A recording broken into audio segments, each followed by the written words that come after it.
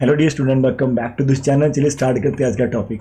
तो आपको part number 6 मिल जाएगा, लेकिन आपको ऊपर आई बटन के अंदर प्रीवियस लेक्चर जो है उसका लिंक मिल जाएगा। पहले आप प्रीवियस लेक्चर देखकर आना इस चैप्टर के, तभी आपको जो समझ में आएगा। ठीक है, इसके अंदर हम 3 एग्जाम्पल करेंगे या 4, तो सारे के सारे एग्जाम्पल काफी इजी रहेंगे, लेकिन इनके पीछे जितने भी की पॉइंट है वो सारे हम डिस्कस करेंगे इन फ्यूचर, कि आपका कोई डाउट यहाँ पर ना रहे। ठीक है, तो आज की जो हमारी पहली एग्जाम्पल है उसके अंदर डियर हमारे पास क्या दे रखा है कि we want to show that there is no positive integer n satisfying sigma of n is equal to 10। अब इसे बहुत ध्यान से समझना पड़ेगा। show that there is no positive integer n satisfying sigma n is equal to 10। इसका meaning क्या रहेगा? हमारे पास क्या कहने की कोशिश कर रखे हैं कि हमारे पास ऐसा कोई भी n आपका एग्जिस्ट नहीं करता कि जिसको आप सिग्मा के अंदर रखें और आपका आंसर 10 आ जाए। तो सबसे पहले आपको सिग्मा n की डेफिनेशन करनी पड़ेगी। अब डियर सिग्मा जो n आपके पास होता है, इसका मतलब होता है कि sum of divisor of n। Sigma N का मीनिंग होता है sum of divisor of N. थोड़ी सी एग्जांपल कर लेते हैं। मान लीजिए यदि आपके पास n इज इक्वल टू 1 है, तो अब 1 को डिवाइड कौन करता है? 1 का डिवाइजर सिर्फ 1 होता है, तो सिग्मा ऑफ 1 का आंसर आपका 1 आ जाएगा। n इज इक्वल टू 2 है, तो इसके जो डिवाइजर होते हैं वो 1 एंड 2 इसके डिवाइजर है, तो आपका जो सिग्मा ऑफ 2 का आंसर आ जाएगा 1 प्लस 2 इज इक्वल टू 3 आ जाएगा।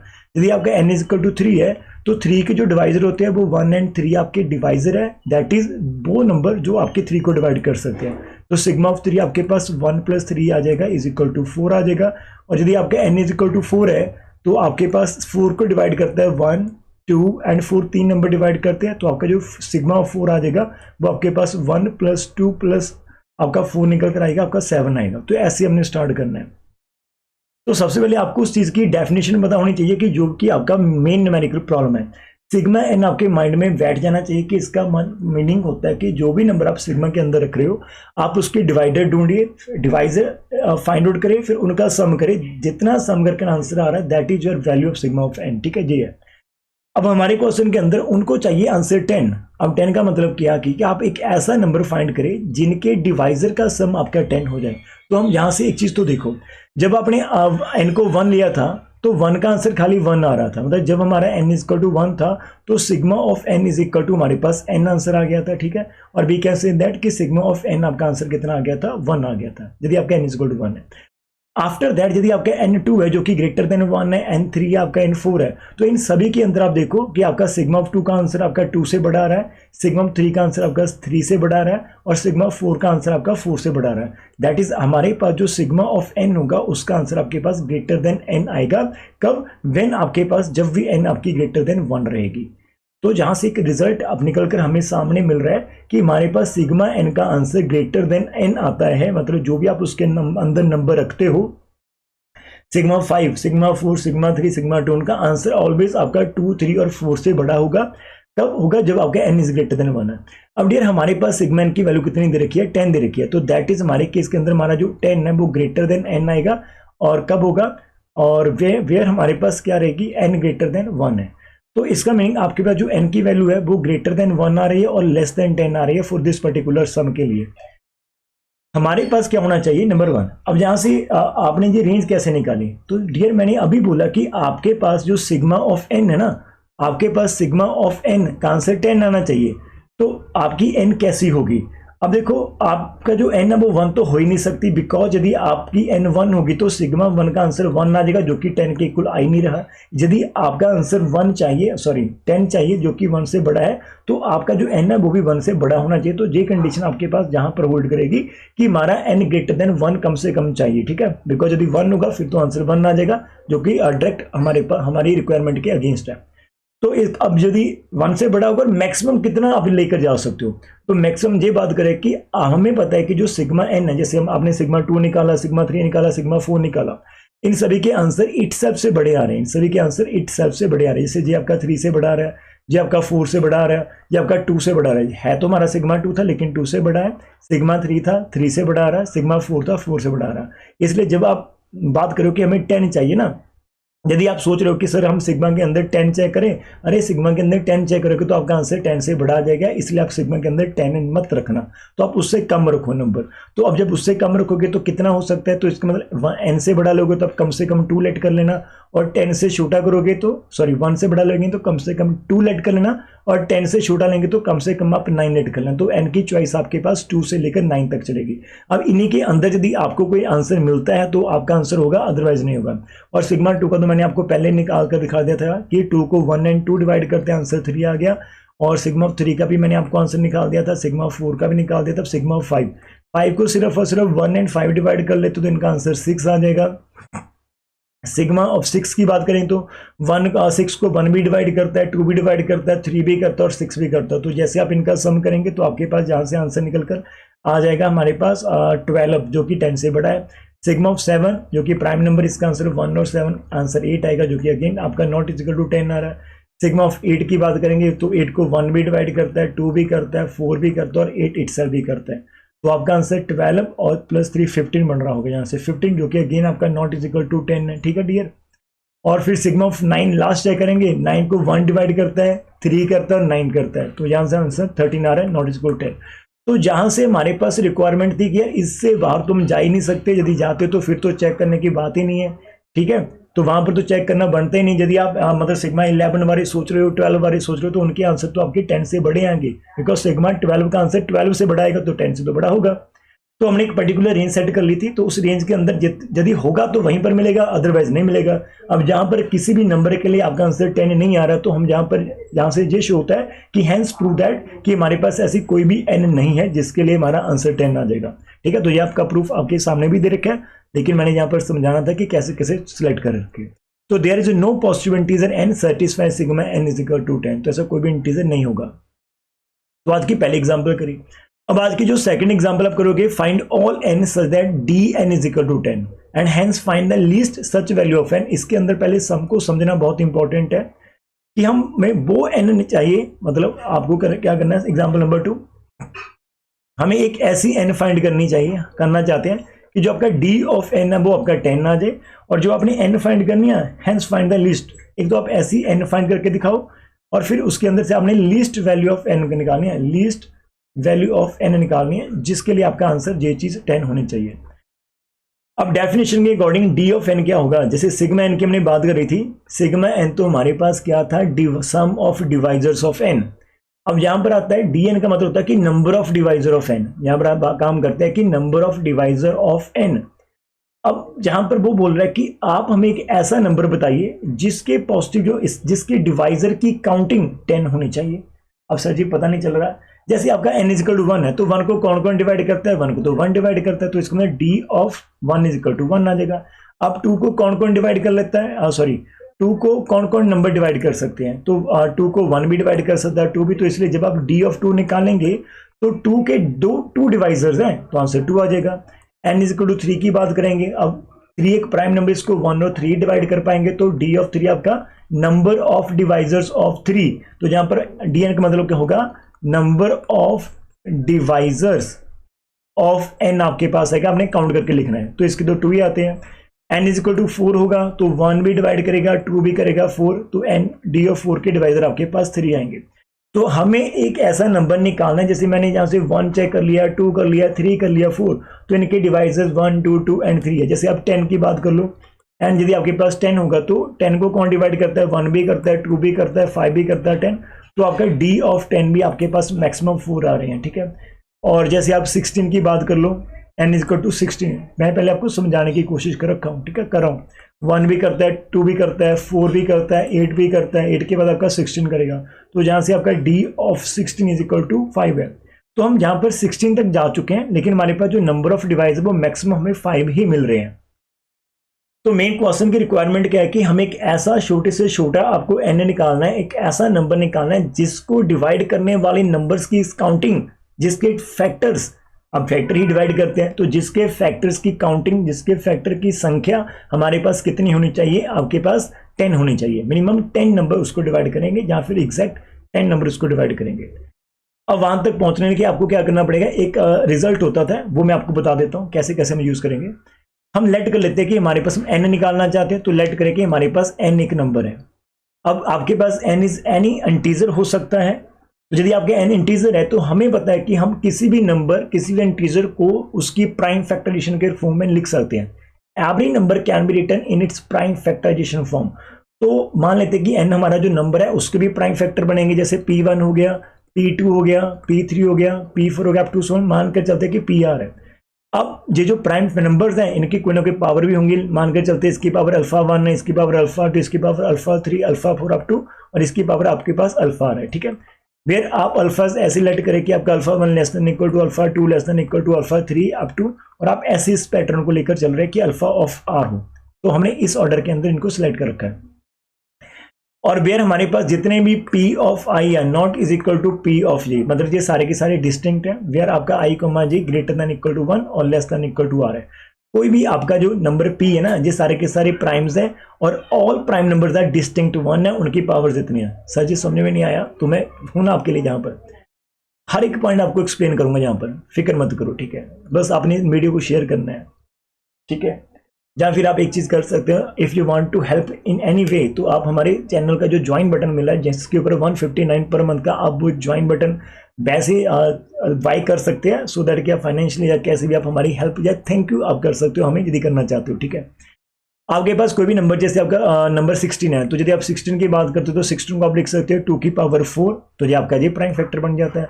यदि आप 15 को लिखना चाहते हो तो 15 आपका होता है 3 इंटू 5, तो 3 की पावर 1, 5 की पावर 1 आपके पास आ सकती है। और आपके पास 18 आता है, 18 आपका होता है 2 की पावर 1 और 3 की पावर 2, तो इस फॉर्म में आप लिख सकते हैं इसको, ठीक है। तो ऐसे हम किसी भी नंबर को उठाकर लिख सकते हैं जी, मैंने आपको सिंपली एक एग्जांपल बताई है, ठीक है। तो अभी आगे हम कैसे करेंगे, इसके आगे आपने कैसे मूव करना है। अब हम बात कर रखे हैं, जैसे हमने ये नंबर लेट करें और हमें चाहिए क्या, डिवाइजर चाहिए। हमें गिवन क्या दे रखा है डियर, तो हमारे पास दे रखा है d of n is equal to 10 है। अब डियर एक चीज याद रखो, एक आपको रिजल्ट होगा आपकी, मैंने फर्स्ट थ्योरम का एक आर्टिकल था उसके अंदर मैं बता देता हूँ। यदि आपके पास n इसी फॉर्मेशन के अंदर आता है तो उसके आप डिवाइजर कैसे निकालोगे, टोटल डिवाइजर कैसे आते हैं, ठीक है, टोटल डिवाइजर्स ऑफ n। तो हमारे पास एक रिजल्ट है, वो पहले आप रिजल्ट को यहाँ पर नोट करेंगे, ठीक है। जब आपने तो आपके पास जो टोटल नंबर ऑफ डिवाइजर्स होते हैं, total number of divisors of n, वो आप कैसे निकालते हो, वो आपके पास आते हैं alpha 1 plus 1 multiply alpha 2 plus 1 multiply alpha 3 plus 1 up to so on आपके पास अल्फा r प्लस 1 आएंगे, बिकॉज हम अल्फा r तक चल रहे हैं। तो इन सभी की प्रोडक्ट लेंगे, that is our total number of divisors of any number n। Sir ji समझ में नहीं आया तो अभी मैं आपको बताता हूँ कैसे आपको करना है, जस्ट वेट, यहीं से मैं आपको समझा देता हूँ। जैसे आपके पास 16 है ना, ये 16 है, तो इसके टोटल डिवाइजर कितने हमारे पास आ रहे हैं, इसके डिवाइजर है 1 है, 2 है, 3 है, 4 है, 5 है।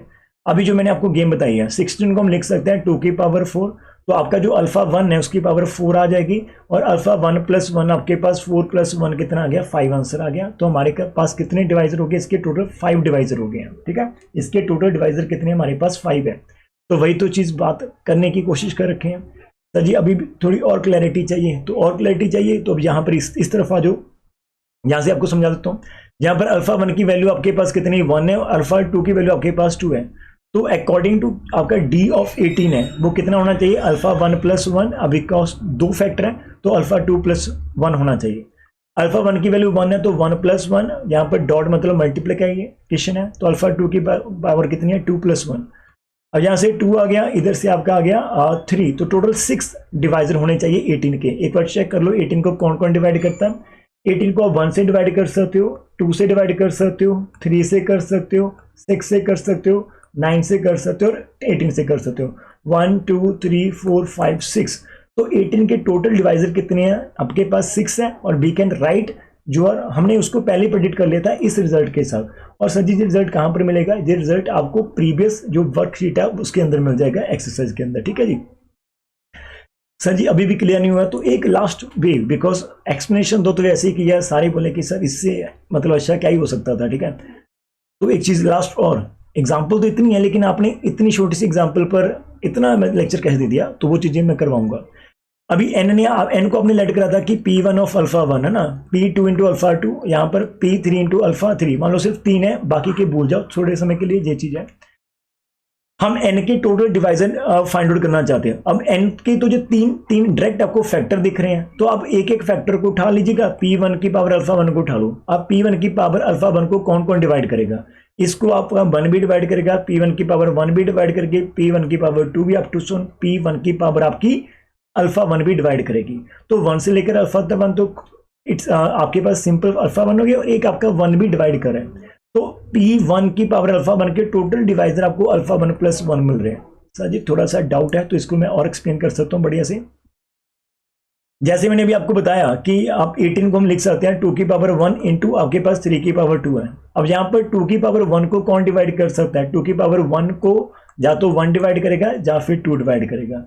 अब यहाँ पर पावर 1 थी लेकिन इसके फैक्टर टोटल कितने आ गए, 2 हमारे पास टोटल डिवाइजर आ गए हैं, ठीक है।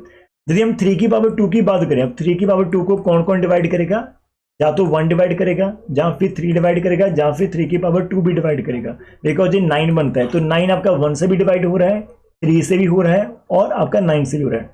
अब यहाँ पर पावर 2 थी तो टोटल इसके डिवाइजर आ रहे हैं आपके पास 2 + 1 दैट इज आपके पास 3 डिवाइजर आ रहे हैं। और यदि आप टोटल डिवाइजर की बात करेंगे तो आपके पास जो सिंगल फैक्टर्स आपको दिख रहे हैं ना, जैसे आपको 2 की पावर 1 फैक्टर दिख गया, उसके डिवाइजर कितने हैं, 3 की पावर 2 के डिवाइजर कितने हैं। तो जब भी आप टोटल 18 के डिवाइजर निकालेंगे तो आप उनके फैक्टर के इंडिविजुअल लेवल पर ढूंढ लीजिएगा कितने कितने आ रहे हैं, फिर उनको जस्ट मल्टीप्लाई कर दीजिएगा, ठीक है। तो आपके पास मीन आंसर आ जाएगा। तो ये आपका मीन है, ठीक है, ऐसे करना। अब हम वापस से चलते हैं हमारे क्वेश्चन की तरफ, ठीक है जी।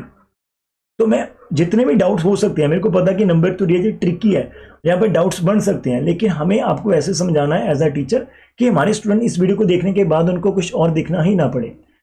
तो यहां से हम आगे स्टार्ट करेंगे। हमारा सफर जहां से था कि dn = 10 था, इसके बाद आपने नेक्स्ट यहां पर नीचे आना है, इसके बाद नीचे आएंगे, ये ऊपर वाला सारा रिजल्ट है। तो आपका जैसे आप लिख रहे हो कि dn = 10 है, अब n को मैंने ऊपर शो कर रखा था, हमारे पास n ये था, तो जहां पर आपका r पावर है, तो ये जो ऊपर आपको जितने भी दिख रहे हैं इनके अंदर ++1 हम कर देंगे, तो इंडिविजुअल लेवल पर हमारे पास डिवाइजर आ जाएंगे। तो देयरफॉर dn का meaning total number of divisor आपके पास अल्फा 1 + 1 होंगे, अल्फा 2 + 1 होंगे, अल्फा 3 + 1 होंगे, और यहाँ पर अल्फा r + 1 तक चलेगा। और ये किसके इक्वल है, = 10 है।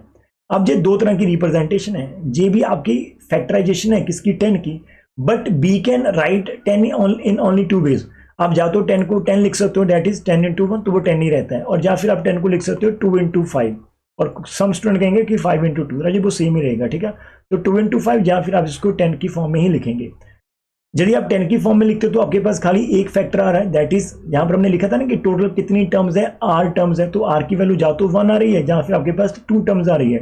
तो वी गेट कि हमारे पास क्या आ रहा है, या तो हमारा r की वैल्यू 2 आ रही है या फिर r की वैल्यू 1 है, दैट इज या तो इसका सिर्फ एक ही फैक्टर बन रहा है या फिर इसके 2 फैक्टर बन रहे हैं।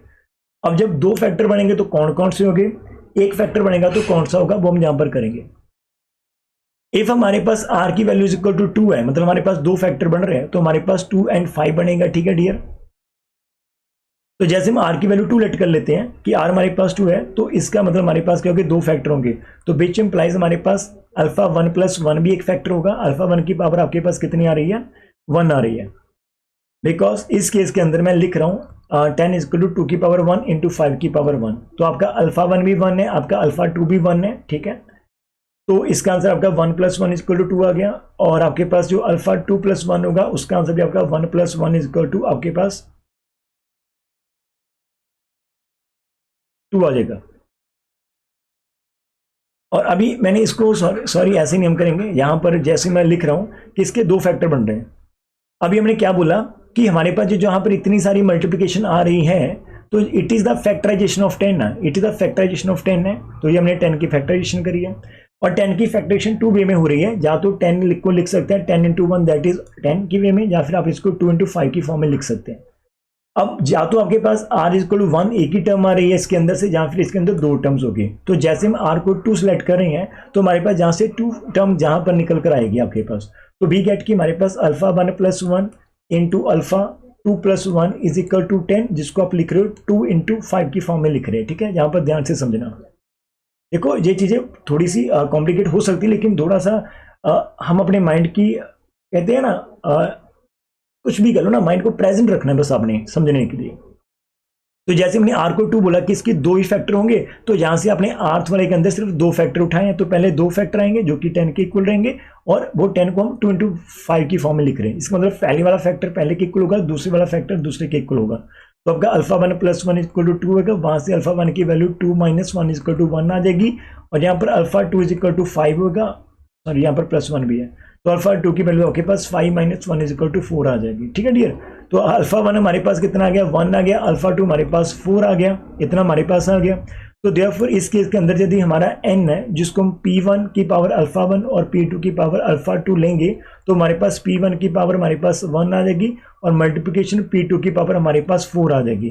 ठीक है, और बेयर आपके पास p1 और p2 दोनों के दोनों डिस्टिंक्ट है, तो एक केस तो हमारे पास ये वाला बनता है। आगे काम तो अभी बहुत बाकी है, हमने n को ढूंढना है, लेकिन हमें पता चल गया कि हमारे n जा तो ऐसा हो सकता है, और इफ हमारे पास डियर r की वैल्यू 1 होगी, खाली एक ही फैक्टर हमारे पास 10 को रिप्रेजेंट कर रखा है, तो यहां से भी उसकी फैक्टरेशन खाली पहला फैक्टर ही आपको दिखेगा कि दैट इज, इस केस के अंदर आपका alpha plus 1 is equal to direct 10 होगा, और अल्फा 1 की वैल्यू आपके पास 10 माइनस 1 इज इक्वल टू 9 आ जाएगी, और इस केस के अंदर आपके पास जो n होगा सो सिर्फ p1 की पावर अल्फा 1 देखने को मिलेगा, p1 की पावर आपका 9 देखने को मिलेगा।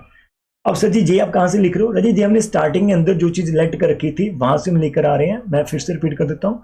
स्टार्टिंग के अंदर हमने ये वाला एक्सप्रेशन लेट करा था, ये वाला, तो इसको आप स्टार कह सकते हो। तो हम जहां स्टार से वापस आ रहे हैं नीचे की तरफ कि आज सिर्फ 2 टर्म्स होगी या फिर ओनली 1 टर्म होगी, और टर्म होगी तो उनकी पावर कितनी कितनी हो सकती है। ठीक है, ये चीज हम यहाँ पर बात करें। अब आपके पास 2 तरह के आंसर आ चुके हैं। ठीक है, तो हम इसको यदि कंबाइन करें तो हमारे पास जो n का रिजल्ट है या तो वो p1 इंटू p2 की पावर 4 आएगा, या फिर वो हमारे पास डायरेक्ट p1 की पावर 9 आएगा। ठीक है जी, और यहाँ पर आपके पास p1 not equal to p2 are prime numbers हैं, और जहां पर भी हमारे पास जो p1 है वो भी इज एनी प्राइम नंबर है। ठीक है, एनी प्राइम नंबर होगा। अब हमें आंसर चाहिए लीस्ट, तो we want to least number, है ना, हम तो टू फाइंड करना चाहते हैं, to find least value of n। ठीक है, तो लीस्ट वैल्यू ऑफ n के लिए अब आपकी n तो प्राइम नंबर के ऊपर डिपेंड कर लेती है। अब प्राइम नंबर लिस्ट कौन से होते हैं, तो हमारे पास जो प्राइम नंबर है वो आपका 2 और 3 आता है। तो देखो फिर इस केस के अंदर हमारे पास क्या होगा, सो बी हैव मतलब p आपका p1 आपका 2 और p3 आपके पास sorry, so in this case हम लिख सकते हैं कि बी हैव जो प्राइम हम यूज करेंगे वो हम 2 एंड 3 करेंगे, बिकॉज कम से कम एक करेंगे और ज्यादा से ज्यादा आप 2 करेंगे। यदि हम एक ही करेंगे तो मैं 2 को प्रेफर करूंगा, तो जहां से मैं निकाल देता हूं कि here if we take p1 is equal to 2, तो मेरे पास जो n की वैल्यू p1 की पावर 9 है वो 2 की पावर 9 हो सकता है, जो कि आप इसको सॉल्व कर देखिए आपके पास ये 512 आ जाएगा। ठीक है, सॉल्व करने पर। और दूसरा केस हो सकता है कि यदि हमारे पास हम p1 को 2 एंड p2 को 3 लेट कर लेते, तो आपके पास n क्या हो सकता है, p1 की पावर तो हमारे पास 1 थी, और p2 की पावर हमारे पास कितनी थी, 4 थी, दैट इज 2 की पावर 1 और 3 की पावर 4। तो डियर इसको आप सॉल्व करोगे तो आपके पास 2 की पावर 1 एज इट आ जाएगा, 3 की पावर यदि आप करते हो 4 तो ये आपका 81 बनता है, टोटल आंसर हमारे पास बनता है 162। और यदि आप p1 को 3 लेट कर लेते हो और p2 को 2 लेट कर लेते हो, कोई दिक्कत नहीं है, ऐसा हो सकता है। ठीक है, इस केस के अंदर आपका जो p1 की पावर 1 है और p2 की पावर आपके पास 4 आ रही है, तो आपके पास p1 3 था और यहाँ पर 2 की पावर 4 थी, तो इस केस के अंदर आपको 3 मिल जाएगा, और 2 की पावर जो 4 होती है वो आपका 16 होता है, तो टोटल आपके पास आंसर 48 आ जाएगा। तो जितनी भी पॉसिबिलिटी हमारे पास बन रही है, तो उनके अंदर से एक तो नंबर आपका n 140 सिंपल 48 आ रहा है, एक 162 और एक आपका 512 आ रहा है। तो इसका मतलब हमारे पास क्या होगा, तो देयरफॉर वी मस्ट हैव, तो देयरफॉर जो लीस्ट वैल्यू ऑफ n होगा वो इज इक्वल टू 48 होगा। दैट इज कहने का मतलब ये रहेगा कि आपका जो d ऑफ 48 होगा वो आपका आंसर 10 आ जाएगा, d ऑफ 48 इक्वल 10। जी समझ में नहीं आया, उन्होंने पूछा क्या था, तो डियर उन्होंने पूछा था कि आप एक ऐसा नंबर बताइए, आप एक ऐसा नंबर बताइए या फाइंड करिए जिसके जो नंबर ऑफ डिवाइजर हैं वो 10 होने चाहिए।